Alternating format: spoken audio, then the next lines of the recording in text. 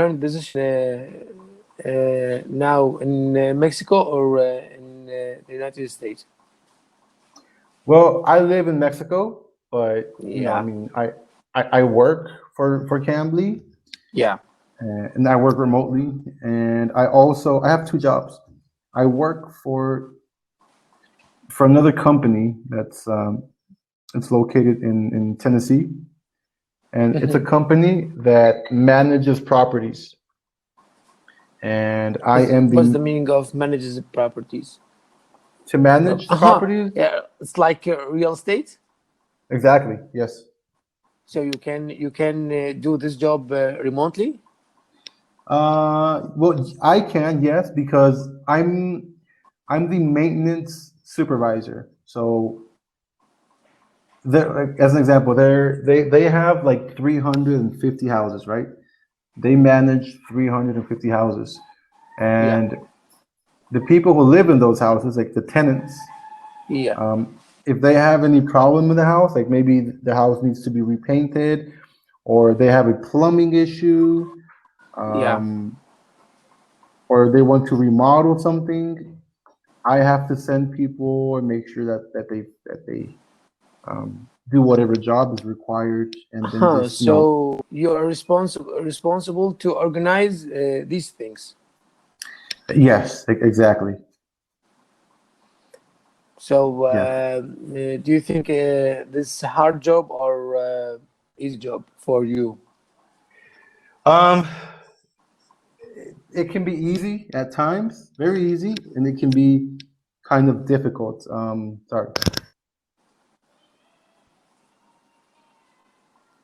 Sorry. It depends because,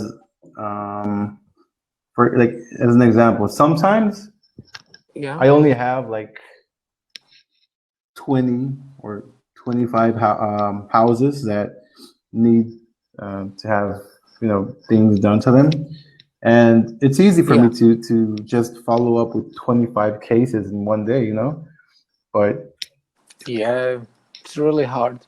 No, it's easy because all you have to do is like write emails, coordinate, and that's it. And sometimes I finish my work very quick and I have nothing to do because I finished everything.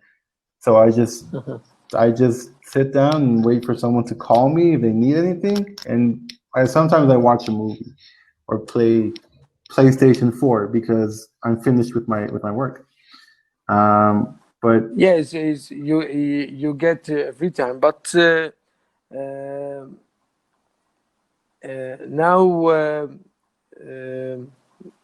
the idea, it's not clear for me about your job, because you told me that it's easy. Yes. But sometimes I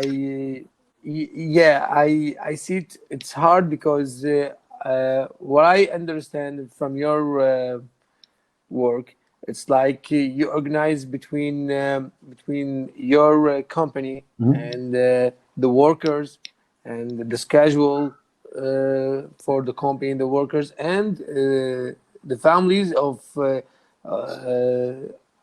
who they want to fix their houses. This is the nature of your job? Yes, that is correct. But I don't like fix the schedule. The vendor, imagine that. Okay, so you live in that house, right? But it's not your house. You pay rent. You're paying rent, right? And say that hey, my electricity is out. I don't have any light in my bedroom or in my kitchen, in my house, or wherever. So you call me. Okay. You call me and I say, okay, I am going to take care of it. And I call the electricians and I tell the electricians, hey, this house and this tenant, they don't have electricity. I need you to call the tenant so both of you guys can coordinate a schedule. Sorry, what does that mean, tenant? A tenant? Okay. Yeah. The tenant is the person who pays rent to live in the house. Okay, there's a. Yeah, I got you. Yeah. The landlord the landlord is the owner of the house. It's his house. The owner. Yeah, and the And the tenant is the person who pay for who pay rent for the owner. Exactly. Yes. Correct. Yeah. So they you call him Yes. the tenant. Yes. And This is a new vocabulary to me. yeah. I mean, it's a good thing about practicing is that you're going to learn things every day, a lot of words every day. So yeah. So yeah, that's it. And then the electrician calls the tenant also, and the tenant and the electrician they try to work a schedule. The electrician tells them, "Hey, I can make it out there tomorrow at 6 p.m. Does that work for you?" And the tenant says, "Okay, yes, that works for me." And then that's it. The electrician calls me and tells me, "Okay, I have this scheduled for tomorrow at 6 p.m." I say, "Okay, great." So that's it on my end. I have nothing to do until the next day. After 6, like at 7 or 8 p.m., I call them and I tell them, "Okay, did you complete the job?" "Yes, I completed the job." "Okay, case closed." Or they say, "No, I did not complete the job because there were additional problems that need more fixing, and it's going to take maybe another week." So you talk with the technician or with the tenant? Both. Both of them. So I imagine there is a website and between you and the technician, like this work is done, and Yes. If it's not done, the ticket is still open until Exactly. the work is done. Uh-huh. Yes. So So is it the tenant know about these tickets, and can he explore, or can he see these tickets, or just between you and the technician? I can write notes that the tenant cannot see, but the tenant Uh-huh. has access Hmm? to the ticket. Like if they want to see the status of the ticket, they go to the website and they check and they just check the date that it's scheduled for, and that's it. But if they have any questions, they call me. Yeah. So what about the prices? Who want to put these prices? The technician or this company that you work? No, the technicians. They say sometimes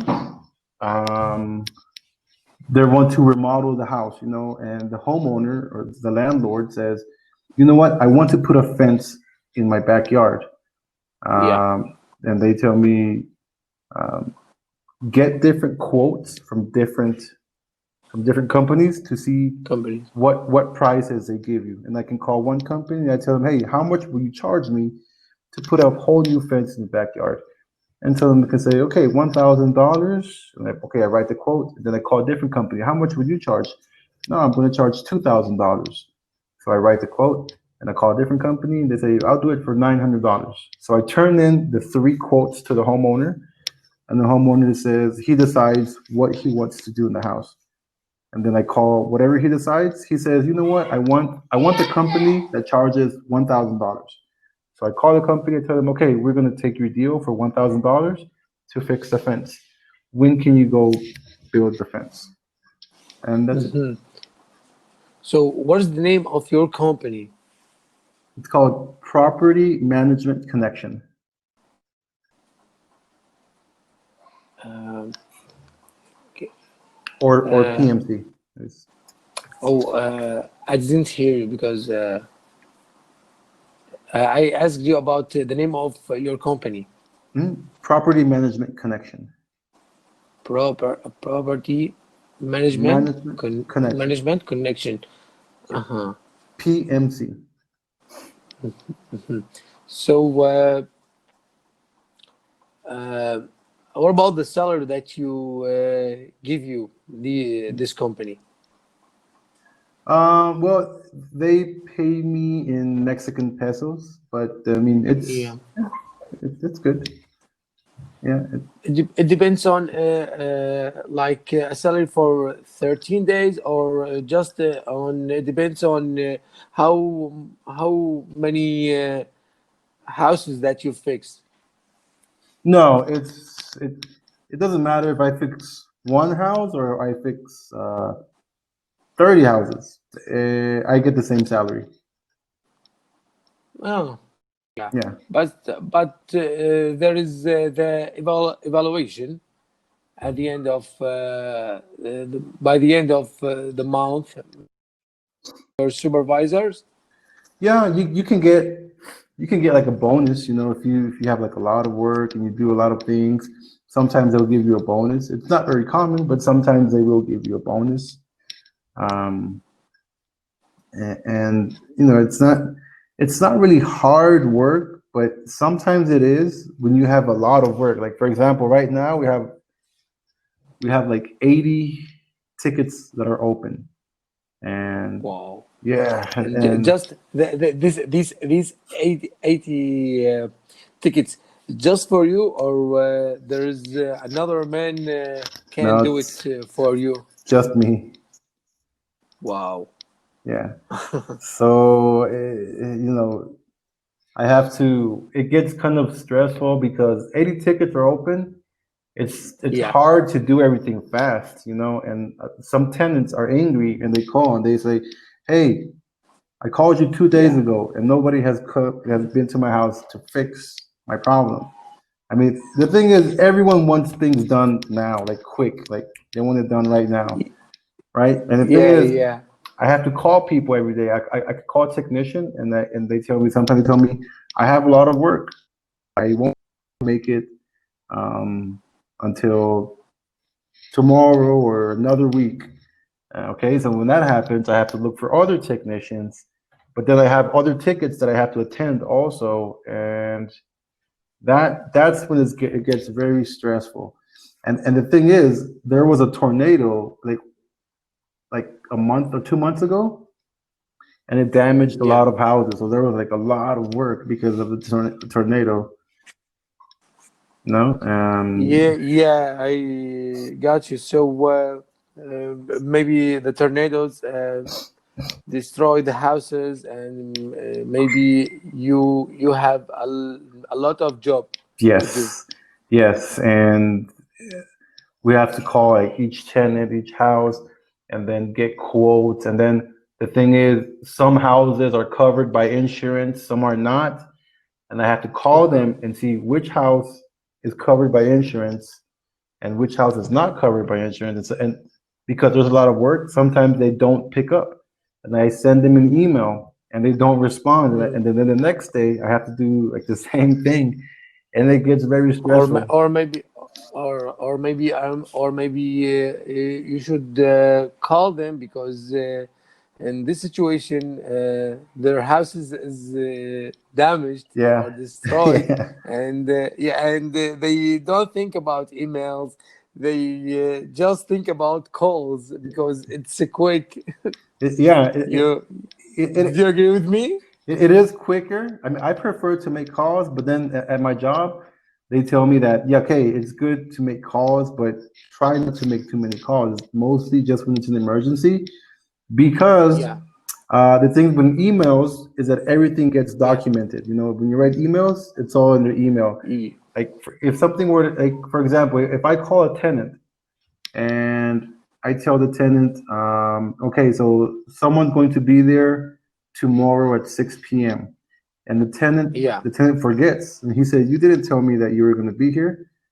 I have no way to Yeah. prove. I can't prove that. But when there is an email, Yeah, it's okay, because you can I can check show your. it this.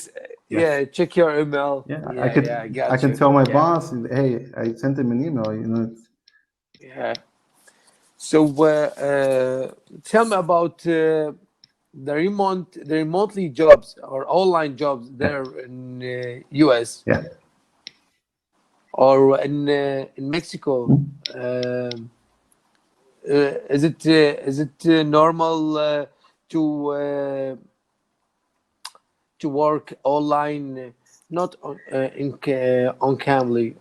What about the other companies? It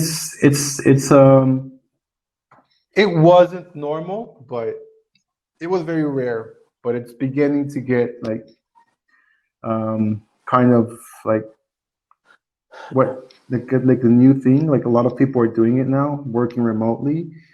I love working remotely. I love it. You know what I mean? There are things that I miss from working at an office. Like working at an office, I miss having co-workers because, I mean, here I'm in my house like all day by myself. You know, so it's good, but at the same time, it's not good for me. Yeah, because you need to speak with someone and sharing your ideas. Yes, and exactly. And I remember like before this job, I worked at an office, and it was, you know, we had a lot of work and everything, but I had my coworkers. We used to joke around sometimes. You know, we became very good friends after work. Sometimes we would go out to a bar and have a drink or two, and you know, talk and have fun. Yeah. But now, I mean, I don't have any coworkers. You know, that's it's like you achieve the social distance by working like online work. And I've been doing this for 2 years now, working remotely. But remotely, yeah. That's the only thing that I miss from working in an office. Other than that, I understand you. I love working from home because, as an example, from my other job, I work from 8 a.m. to 5 p.m. Okay, so if I had to go to an office, I would have to wake up like at 6 a.m., take a shower, you know, get dressed, prepare my meals, and then traffic. I mean, if there's a lot of traffic, maybe I'll get there late, maybe not. I don't know. You know, and then lunchtime, if I forgot to bring my lunch or prepare my meal, I have to go to a restaurant and pay more. More expensive. Then after work, I would have to, if there's a lot of traffic, like another 40 minutes to get home, maybe. So yeah, you know, or an hour, probably like an hour to get home. So that's like 2 hours that I would spend on traffic. And working from home, I wake up 30 minutes before my shift starts. So in this period of time from 8 to 5, just you work like for your company. You can't work on Cambly also in this period of time. I could, but I would probably get in trouble or I would need 2 computers because they monitor everything during working hours. Because it's remotely, I mean, they kind of also need to know what you do, and they monitor everything that you do. So if they see that I'm teaching on another job during working hours, you know, they're probably gonna get mad. Yeah.